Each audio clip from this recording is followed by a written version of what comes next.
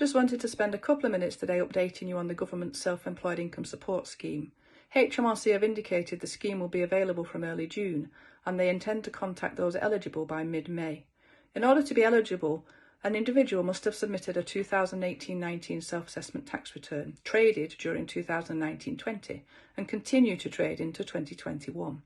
Profits for 2018-19 must be less than 50,000 or less than 50,000 taken over a 3-year average period.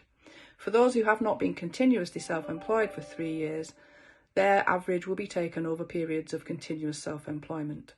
Average profits will be calculated by adding together profits and losses and dividing by 3, which means any losses will reduce the average profit because it will appear as a negative in the calculation.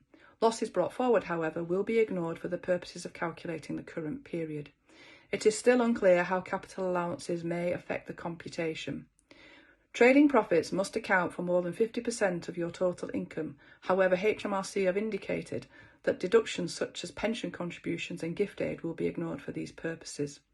One of the trading criteria around eligibility is that the individual must have suffered loss of trading profits as a result of the coronavirus.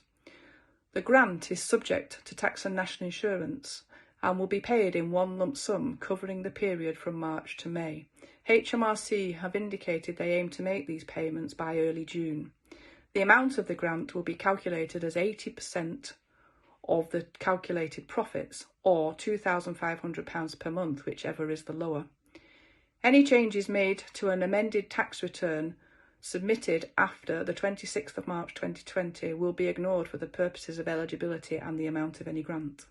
Finally, I would urge anyone who has yet to submit a 2018-19 tax return to do so as soon as possible, as it must be submitted by the 23rd of April to be eligible for the scheme.